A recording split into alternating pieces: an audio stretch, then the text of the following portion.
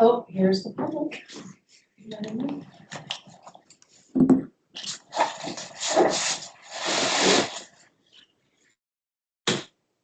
Okay. All right. Well, welcome everybody. It is nice to be back. Thank you to Evelina for filling in. Heard she did an excellent job. So to get started, we'll go ahead and review the agenda. Are there any changes or additions that anybody would like to note? All right, anybody online? All right, well, hearing none, then we'll just go ahead and approve the agenda. Public participation. It looks like we might have somebody online. John Q. with KEPW. Hello, John. I haven't let him speak yet. Okay.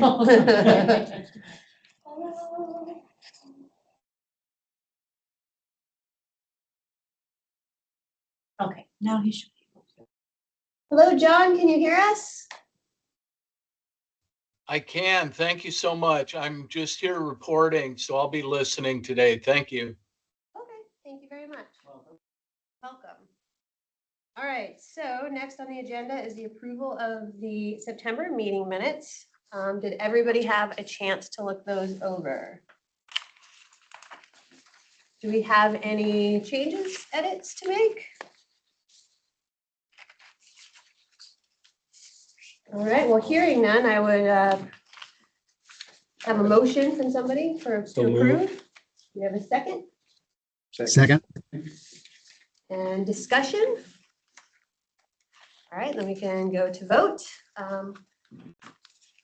All those in favor, say aye. Aye. Aye, or raise your hand. None opposed. We can go ahead and have those approved. All right, then we'll move on to the board meeting overview. Hand that over, Voting, never mind, sorry. hand that over to Travis. Yes, so the last board meeting was our October board meeting, and let me actually pull up that agenda. Sorry, I should have that ready to go. To just refresh my brain on it.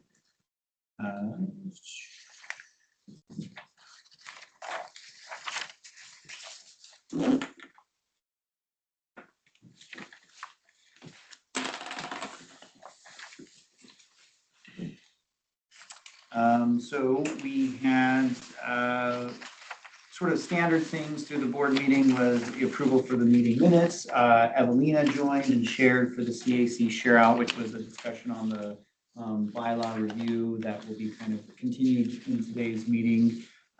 Had a discussion on our financial reports, which we are under budget for where we're at so far in the season, which we're grateful for and appreciative of. MILRAP is working towards our closeout of our targeted airshed grant that is due, where the grant closes at the end of November.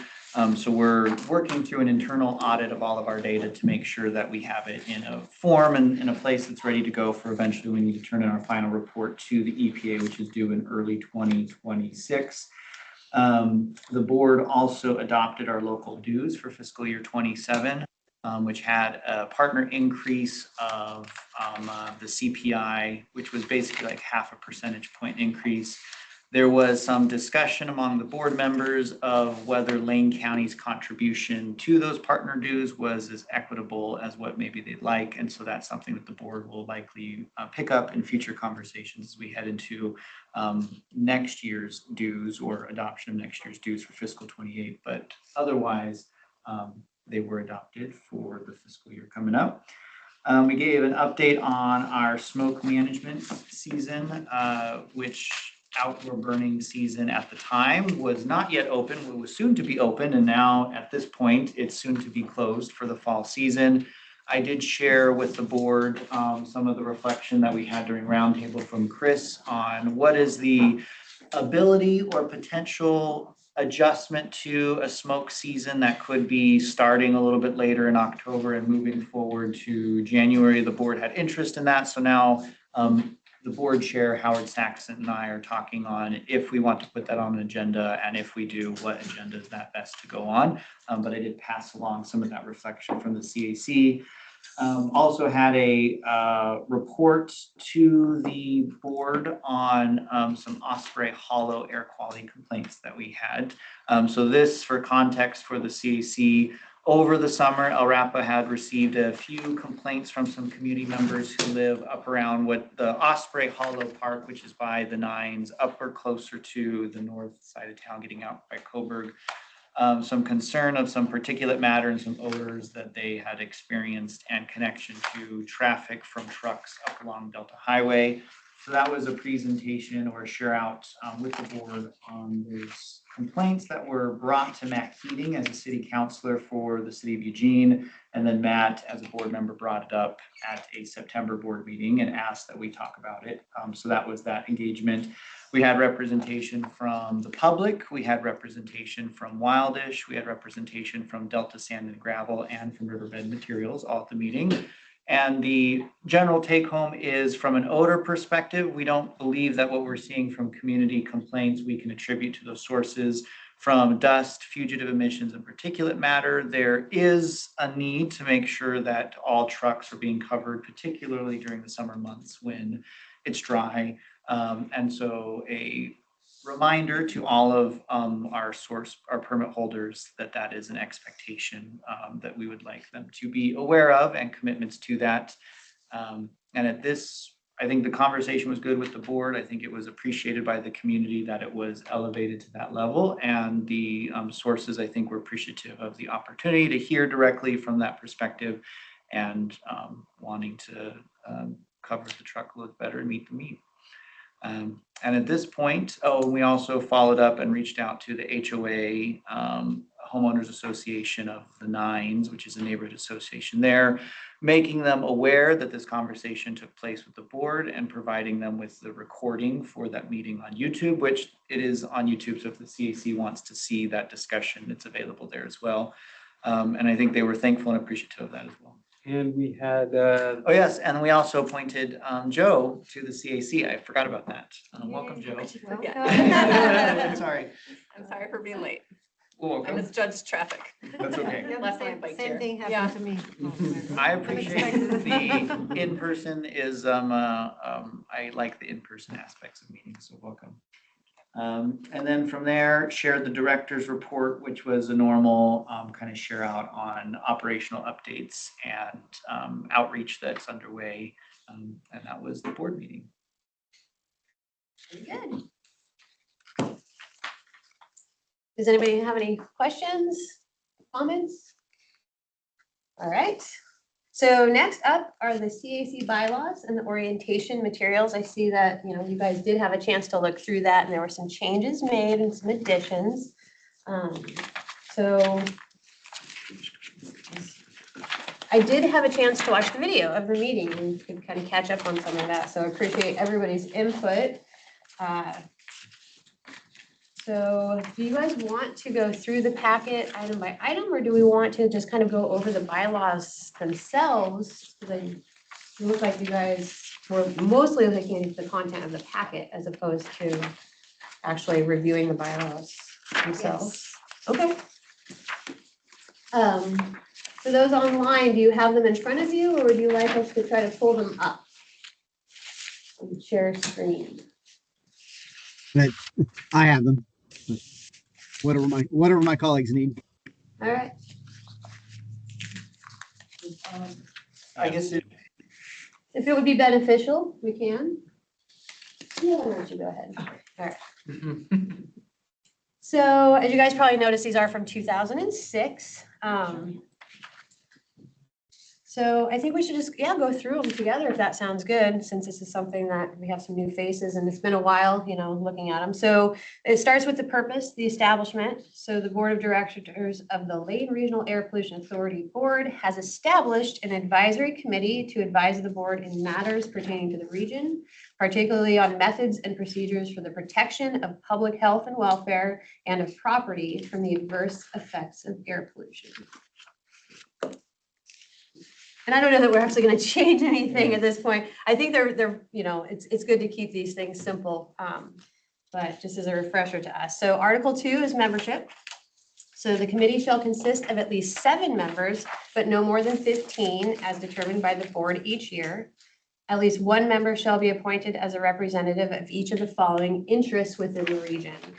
So you have public health agencies, defined as an individual whose principal occupation has been or is now working in the field of public health, or they can demonstrate knowledge of public health issues associated with air quality. Public health is the practice of protecting and improving the health of the community through preventative medicine, health education, control of communicable diseases, application of sanitary measures, and monitoring of environmental hazards. So we have good, you know, representation, and I think that we typically have had representation from the public health agency, at least for the last few years. We had a physician who served for decades. Okay, And I think there's been a little more changeover. yeah, in Lane County recent Health, years. so I wonder if we might go more hitting high points. certainly, yeah. So I guess just kind of pointing out that there's different representatives, we can, from public health, agriculture, who we have been, industry, community planning, general public, and fire suppression. And I think, you know, the biggest picture is to kind of explain that there's this diversity of representation, right? So we kind of have a variety of input from. And I think part of that is, so I think one thing that's notable here for the CAC is, so we have up to 15 seats, but no more than 7, so there's a lot of flexibility. There's no categorical definition of you have to have so many industry spots, you have to have so many public members, like that is very much in flux. And as the membership shifts and change, I think it's good that we have at least one from all of those. And where it's important, that diverse set of perspectives are things like when we present rules and we're going through rulemaking, which as we get into it, we will have like asbestos, all of those different angles from all those different perspectives is helpful in like, from what's written here from a rules perspective, does this make sense from the room? But then also too on questions of who else should we be talking to about these changes that we're not currently talking to, so we can get their input on it. I think that has value and is a role that the CAC can serve well. So that's, as I interpret the bylaws, that's kind of my perspective of why the diversity is so prescriptive of trying to find people on seats. Yeah, bringing balance to the decisions. Mhm. Agreed. As a reminder, members shall serve for a 3-year term and may be reappointed.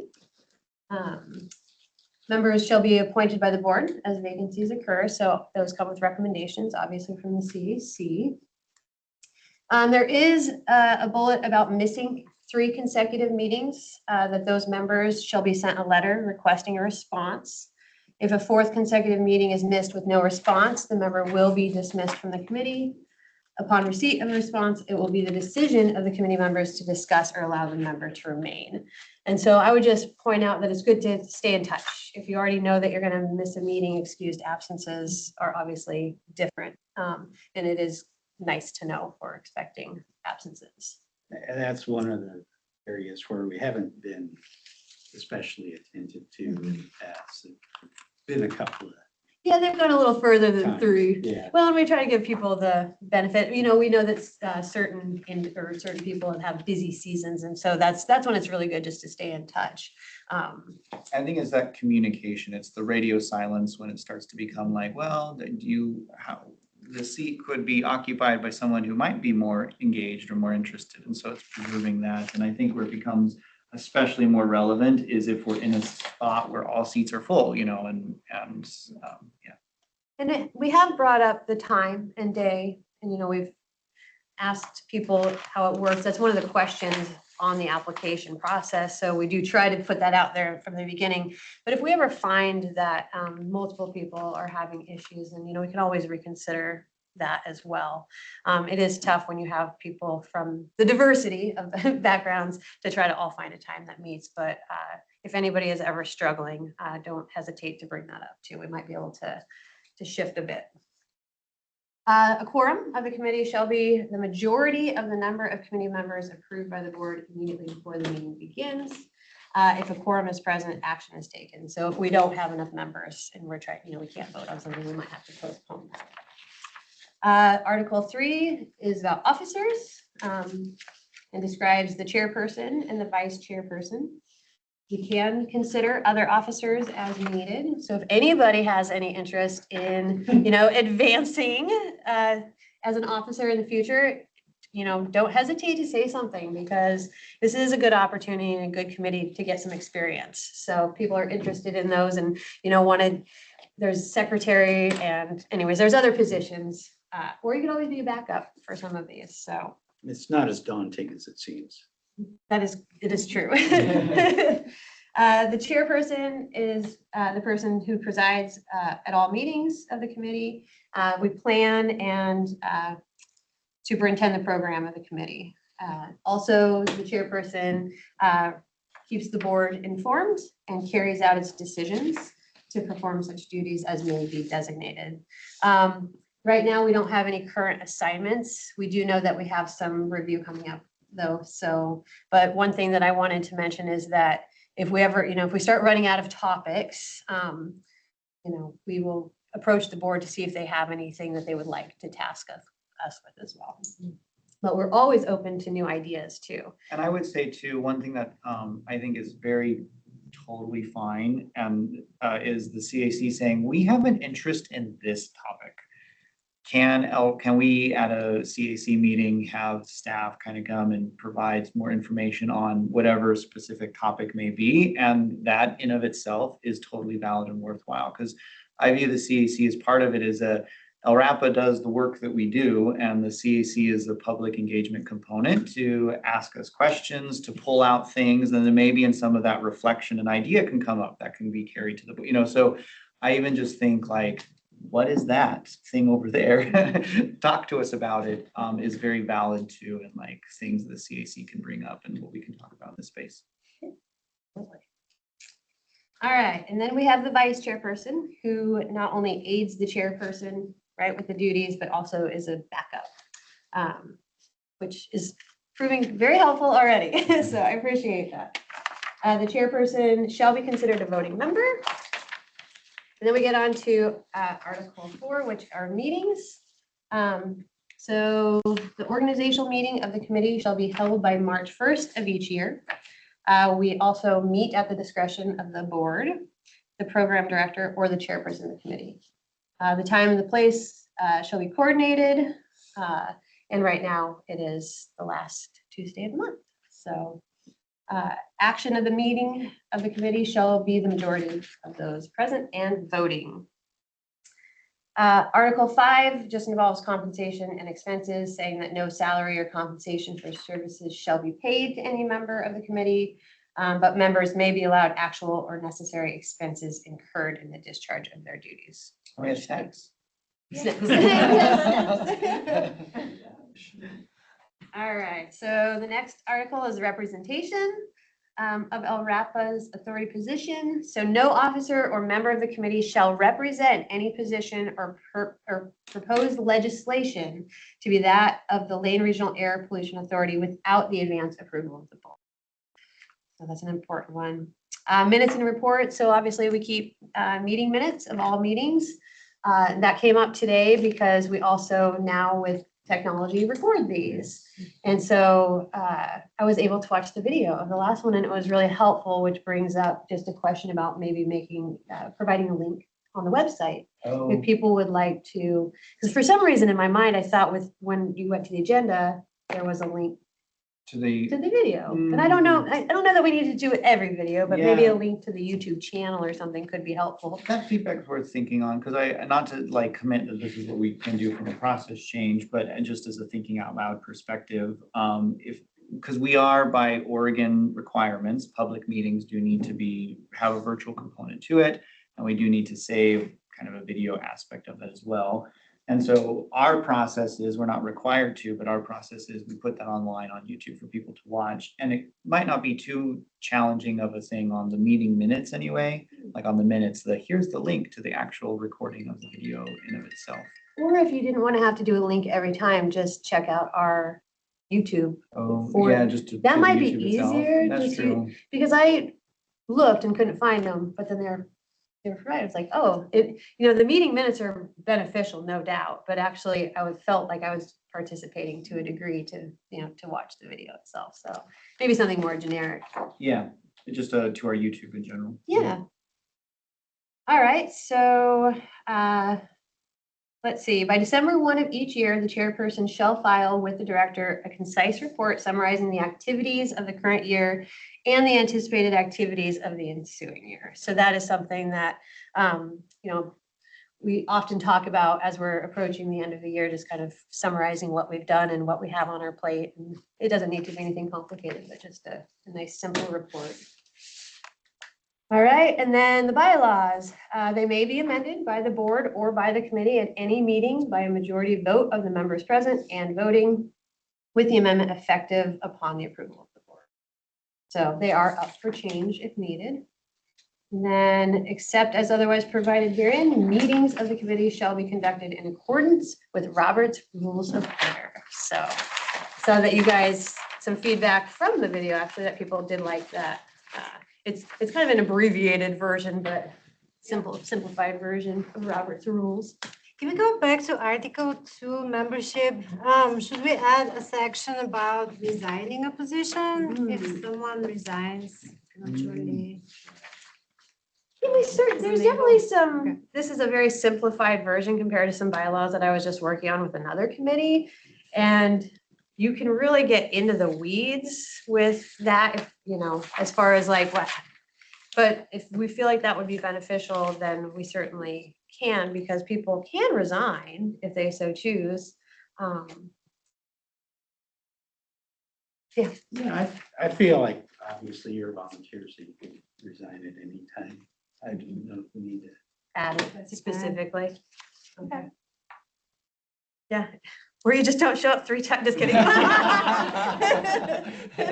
teasing. The ghost resignation. Good point. Oh. Does anybody online have any comments or feedback on those? Bylaws? Seems pretty straightforward, so. Okay. I have a question in regard to the CAC membership. Oftentimes in things that have to do with, for instance, like practices in home construction, et cetera, which we've got the wood stove issues and a few other issues that relate directly to that. Has there ever been an interest in adding anyone from the Home Builders Association? Because I know they're really active in a lot of other community meetings, and oftentimes attend like city council meetings to comment and do things like that. Would they be under industry, or would they, or? That's a good question. Well, so one of the things that I think you can look on or reflect on, like the membership, is from a, how does it connect to our mission and how do we tie it to the mission? So from an industry, well, we regulate industry sources. From the public, well, we're a public health motivation also, so we're sort of looping in public health there. From an agriculture perspective, we don't necessarily regulate agriculture, but there are mission topics. And so I think from a home builders association, from what category does that directly apply into it? From an association, I would kind of think a good overlap or connection would be kind of on the asbestos thread, because a lot of times, like if you're doing a renovation or you're doing a project, you want to have that be sampled, or you want to have that. And so we can, in an asbestos adjustment or change, that could have tangible influence on something that the homeowners association may be interested in attending or being looped in of. From other emissions perspective that go out, there's Homewood Heating too, you're right there. But I'm on the fly, kind of in a gut check here, trying to think of where that may suit in, or where that may plug in. If we were pressed with an application today, I would say that could be a general public, or perhaps a community planning, depending on how you looked at it and what that application looked like. But I mean, is the committee interested in what of those potential membership chairs look like, of modifying or expanding, if we don't feel like that plugin would be appropriate in those 2 categories? Well, I was also not thinking just about like housing rehabilitation, but like new housing construction now that there's, wood stoves versus not wood stoves, gas heating versus not gas heating, electrification. So I think it could be a larger topic of discussion in regard to air quality, but it's just a suggestion. Well, we're at 8 members now. And we could certainly reach out to an association. We've done that in the past. Mhm. To sort of recruit. And say, hey, spread the word. There's open seats if you have an interest in serving on this committee. And we wouldn't have to formalize it as construction trades. It could just be an at-large community and still represent their interest. Yeah, I agree. I think it could fall into, depending on specifically whom it was and what their role is, it could potentially fall into one of those Okay. categories, but nothing prevents us either from kind of thinking, it's not limited to this, right? This is just saying like we'd like representation, and then they could always fall into the I general. think when someone is appointed to the committee, we do assign like which of these categorical groupings apply to that particular role and seat. We do have a roster that kind of keeps tabs of that. So we would want to make that decision. But is there a good point of contact with that we could kind of connect with? Well, I've worked with the vice chair for the Home Builders Association. For some reason or another, his name's escaping me, but he in the past has been very active in regard to outreach, anything that has to do with regulations or, like I said, home building, construction practices that might impact air quality, et cetera. So Yeah, it's Trying to definitely think of food for it. thought, Yeah. because development or construction. Well, but something even just along from that sense. we have our Title 43, which is our asbestos title that we're going through some rulemaking. And I think it's important that we get some good solicitation of perspectives on those changes for feedback or otherwise. And I think that would be a good plug-in for us to pursue, at least on that title. mhm. Well, and Mason's dust and odor can be an issue. Absolutely, track out and Mhm. construction, building, something like that. Yeah, it's a good thought. That is a good thought. Especially if we have somebody who's interested. Well, yes. Or somebody in mind, because it can be difficult to try the opposite order to like come up with this and then to try to grasp at straws to find somebody. I think it's a great idea, honestly. Yeah, think outside the box. Well, and it could be as simple as just sending an email to the chair of an organization and say, hey, could you Mhm. raise this as an agenda item in the next meeting, and send them to our website if anyone's interested. Well, it is fairly easy to amend this, so Right, if we end up, If we wanted to if make we an wanted to adjustment, make that a formal change depending. it is on a the- clearable hurdle, no doubt, yeah. Okay. Perfect. All right, any other feedback? All right. Well, we can move on to the approved supplemental environmental projects. Yeah, so I can start this one, and then when we get into some of what our current projects are, I'll pass it over to Matt to share a little bit more about this. But so a supplemental environmental project is something that exists both on federal regulatory levels as well as the state, so the Oregon level, and then locally here in Lynn County. And the general, well, I should back up, I should say that, so LRAPA, under our Title 15, which is our enforcement authority, we have the ability to assess civil penalties, essentially fines for violations of our rules and regulations. Also, not within that title, but we have the ability to, in those enforcement dollars, use them to fund supplemental environmental projects. Otherwise, our civil penalties go to the Lane County General Fund. That is state rule that we follow. And so as a way to use these funds for environmental projects, we have a policy that has been updated and is published and is on our website. Matt put together a supplemental environmental projects page that essentially details some of our review of what could be environmentally beneficial projects. So the intent is we had a violation of rules and regulations, perhaps more emissions, or it sometimes doesn't even necessarily is emissions that are put in the air. It's a source has a responsibility to send us a report, and they didn't send us the report. And because of that, we entered a enforcement space, and now there's civil penalties that have been assessed. And those dollars could fund local projects that are intended to design or designed to keep emissions out of the air to have that environmental benefit. So this program has actually recently benefited Brock's Woodlot. There was a source who we were in enforcement with, and they elected to fund a supplemental environmental project. And so just recently, we sent a check to Brock's Woodlot, which is a yard debris program up in Oak Ridge, where they will, instead of people burning their outdoor yard debris, they can take this to a place in Oak Ridge at the industrial park, what will accumulate, and then Brock's Woodlot basically processes that and turns that into material that they can use in their business. And that was an application we received and approved, and a recent example of funding one. But Matt, if you want to kind of go through a little bit more what some of our current approved projects are, that would be great.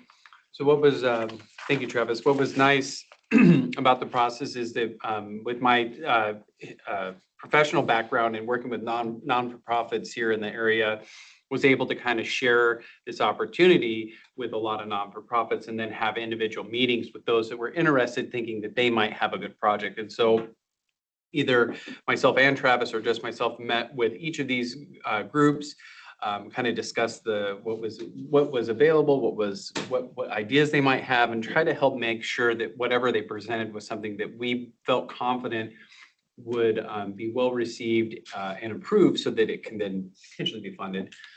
To go back to Brock's, another aspect to that particular program that was really interesting is, so all that yard debris comes in, it's getting processed, but then they're using it to in their kiln to help dry other wood for seasoned firewood, which is really important element to lowering the amount of emissions in a lot of the homes that are heated there. And that is correct, right? Right. Yeah.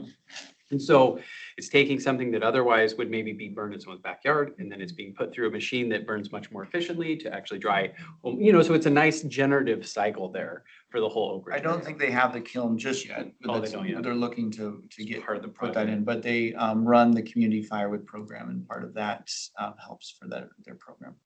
Yeah, so, but as you may recognize, if you haven't, the Bring Recycling here in Springfield, if everyone's familiar, they do a lot of really interesting work and trying to keep things from going in the landfill. And how they wanted to fit into the supplemental environmental project was, they have a program called the Rethink Business Certification Program.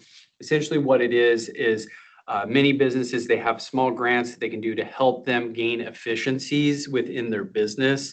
That will help either reduce electricity use, or if they did have a particular issue, like say they had a lot of dust creation or something like that, ways that they can help that business identify how they can be certified as a green business. And so it's not a huge, it's not a, hey, IP has zero emissions now kind of scale of project. This is much more with small business owners and whatnot. And it's something that they've been doing for some time. And so they thought that would be a great potentiality if a group facing a fine wanted to direct it to that. Another one is Cascadia Mobility. Many of you may have ridden on one of the bikes. They're labeled Peace Health. They get locked up at the various locations. They're always looking to expand access to that program. And so that's what they have there, is potentially helping both bolster existing bike rideshare programs, but also hopefully expanding that.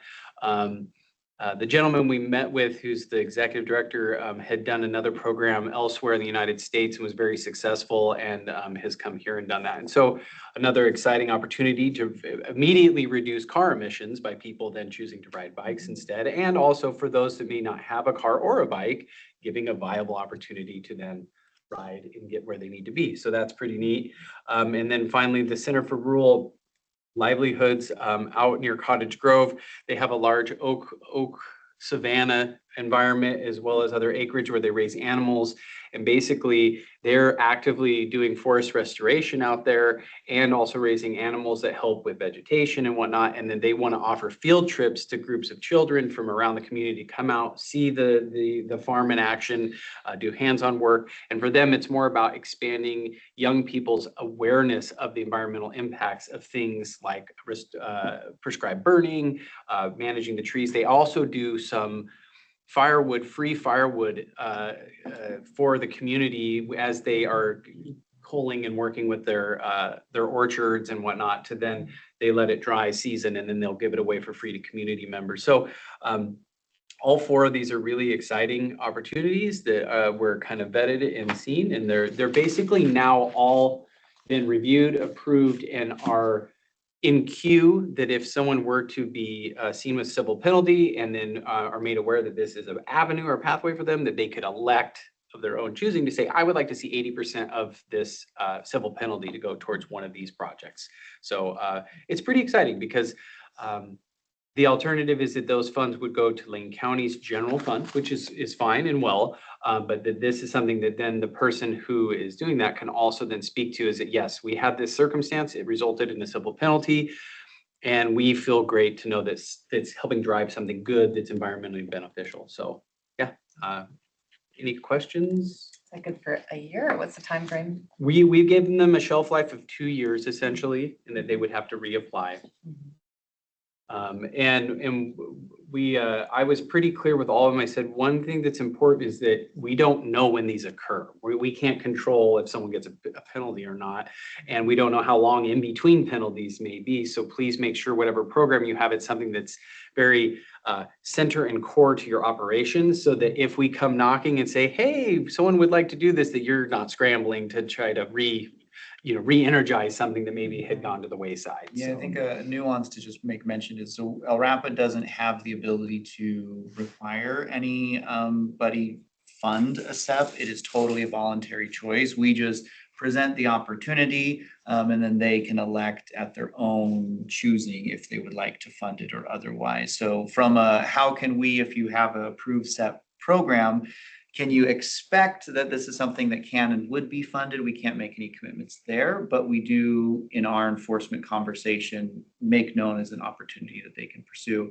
And it's only applicable for enforcement dollars over 2,000. So if it's under 2,000, the trying to keep track of all the administrative things, the value and there is kind of a little bit lower. So it's over 2, that's the minimum threshold to hit. Another kind of nuance to this that I think is really interesting is that it could be a non-for-profit that applies, but it also could be a municipality. Depending on the size and scale, if any of you happen to notice that in this instance, DEQ issued a very substantial fine to Stella Jones. And Stella Jones in that instance would be of a position to say, we would like to see 80% of this go to a SEP, and that would be nearly $1 million was their fine, I believe, wasn't it? I'm not sure exactly how big that was. Was it bigger than that? It was over that. Yeah, it was very substantial. So the size and scale, ours have never been anywhere near approaching that size, but that's where having these opportunities there and waiting is really nice, because it's just, we really don't know what's going to come in. But there was some other thought I had with that, and it's completely escaping me now. Paul has a question meanwhile. Oh, please. Yes, I've been having a little trouble with my system. Can everyone hear me and see me okay? Yes. So these SEPs, can anyone bring these forward? Can anyone propose these projects? Thank you. That's what I was going after, is that it doesn't have to be for a non-for-profit. It could be a municipality. It could be a group of humans doing good environmental work that just wants to do that, because we don't require a tax ID or a non-for-profit status.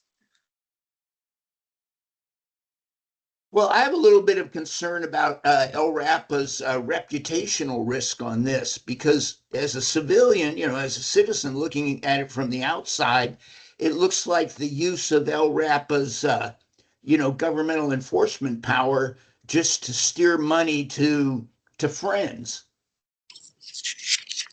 I can see, Paul, the perspective of if we're in an enforcement space and there's money should go to the Lane County General Fund, what are the checks and balances that exist to assure that it's going in the intent of what that fine is?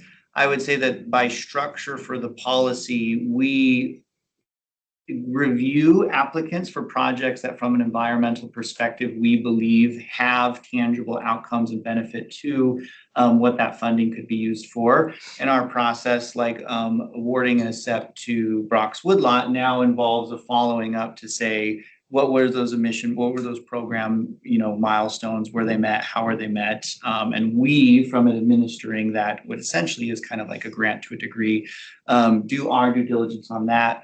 But then also it's a voluntary program for sources to elect into. So we don't have we believe you should do this. We just say this is an opportunity for a source to consider, and they make that decision at their own volition and they choose of what's approved. It is their choice and their election of what they want to fund. So I appreciate that perspective and that concern, but I think in the way that the structure of this program has been set up, I don't think that there's much of a risk of that occurring or taking place. Can somebody elected divide their fine between multiple, or do they have to go with one? That's a good question, and I don't think we've had to reflect on how we would do that. So there's nothing that would prevent that from taking I'm place. just thinking of the high dollar amount, that we might want to, Right, yes, but that is a good thought of how much, so there's nothing in the policy that would prohibit that from happening, but that's an angle that actually I haven't considered. Well, and something to comment on Paul's concern is, I guess, the only place LRAPA would be really, right, because they're not the one choosing it, would be the pre-approval of just having really set clean criteria where they're being consistent in how they're evaluating them to pre-approve. Yes, and the SEP policy, as well as the applications and our approval of it, is all on the website, and so it's publicly open and transparent for that review as well. And the reason that I shared on the municipalities being an interesting piece is with many municipalities, counties, really struggling with budgets, is say that there's some aspect of their work like wastewater treatment or something that they need to do. This was an example I saw that DEQ had actually funded through this same program that they do, is some of the municipalities put in a SEP for doing some upgrades to their wastewater treatment, and those are big ticket items, and then they can help kind of offset some of those. Or something that Travis and I are aware of is that Oak Ridge is not the only community that has large volumes of people trying to burn yard waste. And so almost any community that wanted to say, we're going to actually have these things chipped, and we want to create a program that instead of having everybody lighting fires and putting particulate in the air, we will have a company chip and put it into mulch. So those are just very simple things, because we again don't design or drive any of the decisions, because that's not our place. But if something of that nature were to come in, that's where to Paul's point, it's actually a twofold win. Is someone's civil penalty has already occurred, but now we're helping actually reduce emissions and harmful things to our environment, which is part of our mission as the air agency. So it's beneficial on two fronts. Yeah, I would add an example that I can speak to where, so in the number of years we've had big snowstorms or ice storms, as an example, Cottage Grove has oftentimes said, okay, community, put this debris here in this place, take it here, and then we will attend to it, and we will, as opposed to burning it. And so this is a potential vehicle through engagement with Cottage Grove or whoever, where we could create a way to help to financially allow those kinds of programs to be more viable and sustainable, and exist within our communities. On the ice storm question, it makes me think, I know you said you want to have these projects being kind of ongoing, so somebody can choose them and just drop right into their operations and funding that. But what about maybe a municipality wanting to buy some generators, even I don't know if there's low emission generators besides solar, but something that's more emergency preparedness minded. So it's not ongoing, but it's a particular situation where you might want to help them. Yeah, that would be how, I would say in our application, we would want the application to help to demonstrate objectively from with math, or how we could follow up with math, what's that environmental impact? How can that be, or benefit? How can that be quantified? And then on something like the idea of a, municipality wanting to purchase backup generators, I would think the dollar size that we're speaking to, it's not going to be fully complete or, allow for that, but it could be in support of. And so that's where if SEP was approved and then funded, we would want to, on our side, assure that that generator was actually purchased and that those funds were then utilized in that way. And that's part of from the administrator of these funds, our due diligence of following up to make sure that those goals in the application, how that was objectively described, is then actually achieved. So I have a question on that. So you guys have an idea of, say, for an average for the last 5 or 10 years, what the fines have been, the incoming. Are you trying to limit the amount of approved people on the docks to something reasonable where you're not far exceeding? Yeah, I see what you're saying. I would say that at this stage in the program, which it's not necessarily a new program because El Rapa has had SEPs for a long time and there's state and federal SEPs and things like that. I would say this is more of a reinvigorated program in recent months. And so I think we're at the stage where we're still trying to breathe life into this. And maybe there is an upper scale where we're like, wow, this program really is successful. And then how do we on that upper end maybe have those kinds of reflections? Yeah, just be careful about if you're only averaging 50 grand a year in fines, but have $200,000 worth of like waiting People, yeah. or something like that. Maybe keep that in mind a little bit. Yeah. As far as what might actually be fundable. But so are these nonprofits or municipalities, whatever, are they strictly relying on funding from, okay, good, then, good. That was part of where the conversations I had with them. I said, is if this isn't immediate, like we would like to do this, but only with these funds. I said that we are not a good vehicle. We're not a grant. This is not a granting agency, so. It's more of here's work that's ongoing and that would be done, or we're ready to do if we receive this. And that's kind of what Matt was speaking to of what's the viability of these items. What is that program to where in a not consistent, not frequent, not guaranteed way, if someone elected to fund a SEP, could that be immediately usable and appreciated? And that's where, like Brock's Woodlot as an example, how they manage the Oak Ridge yard debris, that's a program that they are just doing ongoingly. And so when an opportunity to support that program so it can still be more successful, this is a program that's underway. They can commit to these many emission reductions that will be met and how many, how much yard debris tonnage would otherwise potentially could be burned that they're processing that we can from, well, how many tons was followed up from this grant? We can get that data and then we can be assured that we're meeting that environmental savings benefit. Okay, good. Um, I don't see a conflict there. City of Springfield was trying to get some federal money before to plant trees in areas that there's not a lot of trees around, some of the neighborhoods where trees have been removed. And would that potentially be something that could Yeah, I think so. be funded? Okay. Yeah, by kind of like how that, by sort of glance, how I could see an application that could be structured in a way that we could be really happy to receive that. That'd be kind of cool for the people buying so many trees for. Right. That's kind of a cool idea. And it Or would be bikes or something, whatever it you know, might be, along but I the can see lines why. of, if this was funded, that would allow us to purchase so many more, or even, on the Cascadia Mobility, this money goes to the maintenance or the purchasing of these bikes, which will allow more access to it and avoid vehicle emissions. So question about Brock's Woodlot, do they sell the firewood or do they give it away? So they sell part of the firewood, but then they also have a low income and older individual discounted part of the program. Okay, because I could see potential there if you're helping to. Sure. And it, nonprofits are ones that we like to see, but it's not limited to just that. But that's where part of that, what is that environmental benefit? What is that environmental? Well, that's where the kiln kind of got me, just being careful about like that balance, that ratio. If the idea about this is not just environmental, but emission specific environmental improvements. So there's a balance there if you're, okay. I hear what you're saying. Yeah. All right, nice.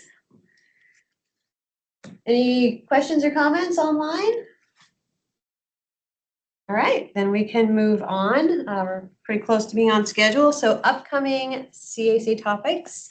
We've got the rulemaking coming up for both titles 15 and 43. Do we anticipate that those will be Yeah, so Ones? I don't think that those will be ready for November, unfortunately. So where we are at on that is we have them internally and we are just needing to get legal review done from that. And I just want to make sure that that legal review is from a firm that has the right background and experience to do an adequate job in that review. So those are waiting on that alignment, so we won't have them ready to go for November. So probably January.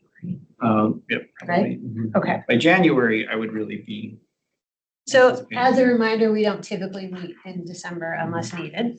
Okay, so another topic was smoke school. So this is something I'm not sure everybody's familiar with, but there's some new technology and this has to do with observing emissions. And apparently there's some new technology that maybe we could get a presentation on. I'm not sure if it would be feasible to have something like that by November. But then there's also public outreach. Now, this wasn't actually delegated by the board, but they did mention, maybe getting some help from the CAC about public outreach. And so, we could spend a little time, on that if we want. One thing that came to mind that I was talking about earlier that we also might be a separate subject or might be its own would be field trips. About the benefit, whether it's like just to the public or to like children. But the idea of like in industry and going out and seeing some of these permitted sites and whether or not there would be, willingness on the part of permittees. But I think that is education even of itself, just seeing what these sites are, what they do, and kind of wrapping your head around it could maybe breach that public outreach, but then also just we'd have to gauge industry's interest in that, but. Well, I will say, so on the smoke school presentations, we could share, we have a VR device that we use for smoke. So we would want to explain what smoke school is, what method 22 or method 9 is, and all of those items. And then some of the new resources that ARAPA uses for that as an FYI. And I think that's totally achievable. On a field trips perspective, I do think that there are some sources in the room who might be interested in hosting a field trip, but then I do think that there are other sources, industry sources that we have a relationship with, where the idea of the CAC is interested in maybe doing a tour. Are you game for that? That they would have appetite and interest in wanting to do that. So it's really kind of up to what is the appetite of the committee. And as an alternative, coming in here and presenting on their industry. Because that could be something that might be a little bit more just from the safety side of things, right? When you have people at your plant, like trying to get all of them in hard hats and boots and all that could be. But if they're just interested in learning more about that industry, maybe there'd be some opportunity there as well. And since they're open to the public, that might be of interest. But we can talk about that. Well, I think if there's an interest in that from the CAC, and then it could be, I would say that it would be probably better for the Citizen Advisory Committee to come up with who that potential interested presenter or visits would be, as opposed to ARAPA trying to come up with a list of folks for the CAC to review. I think you originating those intentions would be the better way to come up with that. Yeah, let's leave that for, if we think smoke school could be next month, then I would say if we could proceed with that. Would we want to reach out to the smoke testing company and see if they want to either provide materials or be online and speak a little? To kind of give their perspective on that, yeah, I think we can reach out and make the opportunity known if they would like to join and participate, if that's the agreeable topic for the CAC for next month. That sounds good. One thing, if we could ask to spend a little bit of time on with that is dry versus vapor on the stacks. Oh, okay. Because that. Smoke stack versus vapor stack. Well, yeah, and readings, It right? can be It's- deceiving it's- sometimes. You're looking at the I'd be paper and interested you're to hear thinking, how the oh my technology- goodness, they're polluting the environment, but there's like such a big difference. Yeah, you're supposed Yeah. to, your observations and how that's done, because the smoke school local is, you're testing on a dry. Anytime you see a photo on a news story of a smokestack and it's this billowing white stuff coming out, it's laughable because it's not smoke. Vapor. It's steam, essentially vapor. Yeah, or No, condensation. Deceiving. Well, again, Oh, Paul, you have a question, comment? Yeah, in general reference to the big topic of smoke, I'd kind of like to hear probably from Chris, are we in that time of year when there's going to be wood slash getting burned, where we might be seeing some inversions in smoke layers? I think we're in the fall time of year when that happens, but I'm not sure. Yep, I was waiting for my round table, but we're only a minute away. So, yeah, absolutely, Paul. Probably as of this last weekend, a couple days ago, we started taking out that residual debris at a fairly consistent rate. So you might see some, but to those that don't know, it's very very closely regulated, right? So there are a group of weather forecasters that work in Salem, and they put out a forecast daily to try to avoid the smoke sensitive areas such as Eugene, Springfield, Oak Ridge, etc. So yeah, hopefully, hopefully there won't be any issues, and we'll be able to avoid all those critical areas. But yeah, that has started, Paul. It started this weekend. So. And I'll just chime in, Chris, just to share for the group that Oregon's relationship with ODF on doing that smoke management and smoke management plan is something that is unique to Oregon, but is something that I think is applauded and seen as a really great model of how Oregon successfully manages slash, but then doing it in a way where smoke impact to smoke sensitive receptor areas is pretty minimal. And when there is, a pretty diligent process of following up on where or how that smoke intrusion happened. Mm-hmm. Yeah, absolutely. Thank you for that. And I think that's something that should be considered as a topic for public outreach. I mean, when the slash gets burned in a responsible way, that's decreasing the risk of catastrophic wildfires, which are just an overwhelming air pollution risk. And I don't think the public really understands that.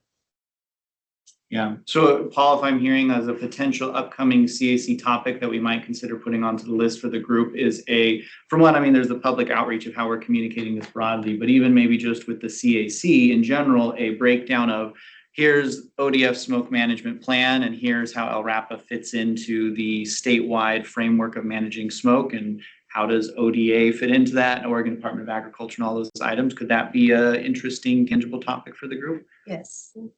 Okay. Is it like forest management, or we're even going beyond that? Well, it would be forest management relationship. Well, I think it's more of, so if a landowner or a timber landowner wants to burn their slash, is that something that LRAPA permits? It's not. It's ODF that permits that. And then kind of what Chris was speaking to with their meteorologists. But then if it gets into different kinds of burning where it's not in the smoke management plan, that's LRAPA, and that gets into our Title 47. So I think that an informational share out could be informative to the group. Sounds great. Thank you. All right, well, I guess we'll just transition, if that sounds good to you guys, right into the round table. Paul, did you have anything else? No, I don't have anything else. Perfect, thank you. Chris?